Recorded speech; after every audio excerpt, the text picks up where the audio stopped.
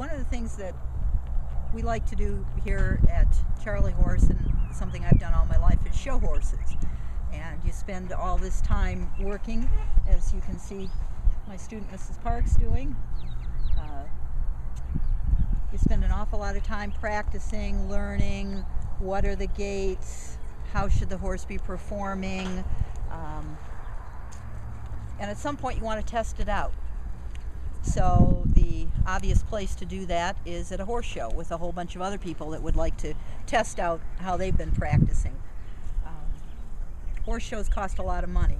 Even if you go to a local horse show here at one of our saddle clubs that we're blessed with, you're still investing fuel, which we all know the cost of fuel these days, and equipment and material, and your entry fees, and your clothing. It costs a lot to do this and do it right. Unfortunately, especially with some of the bigger shows that we go to where we're hauling for hours or even days to get there, it puts the horses under a lot of stress. Horses under a lot of stress, even if they're not normally horses prone to colic, can colic on you. What do? Well, we've all been in the situation where you get to a major state fairgrounds in some other state and it's midnight and you get a horse unloaded and you realize that you've got a case of colic started. Then, not your area, you can't call your local vet at midnight and get him out of bed. You've got to find the show secretary, find your show program, see who the emergency vet on call is, call them, see if you can get him out there. And the whole time you're doing this, you're walking your horse, you're trying to keep him up. It's a really stressful situation.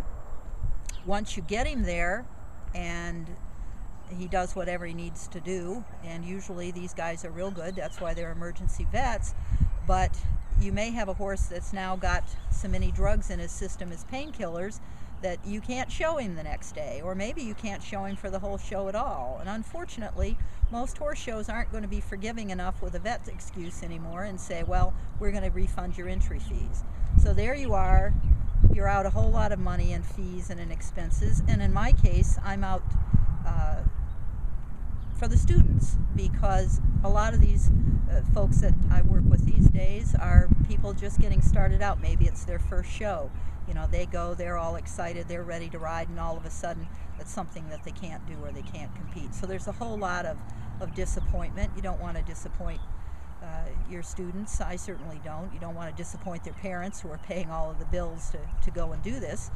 So having a case of colic at a show is probably, for me, more stressful than having a case at home where I can do whatever I need to do. Since we found ECR, I don't travel without it in my emergency first aid kit.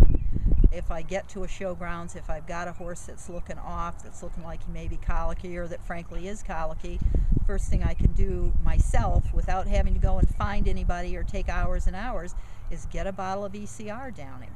And being all natural, there are no chemicals in it, there are no painkillers that are going to do anything to prevent me from showing that horse for the rest of the weekend.